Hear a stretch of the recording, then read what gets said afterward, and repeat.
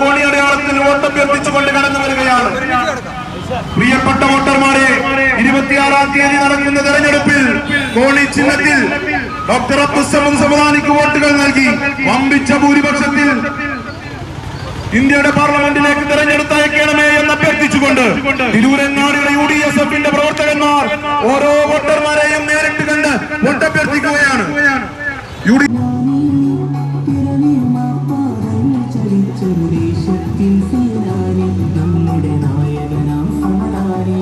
Ponnani parliament മണ്ഡലം UDF സാരഥി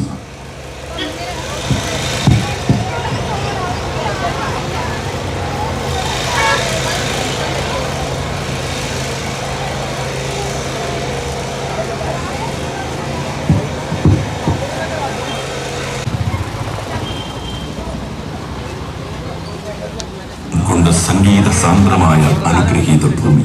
ഈ ഭൂമികയിൽ നിന്ന് വാക്കൊടുക്കിന്റെ സുഗന്ധം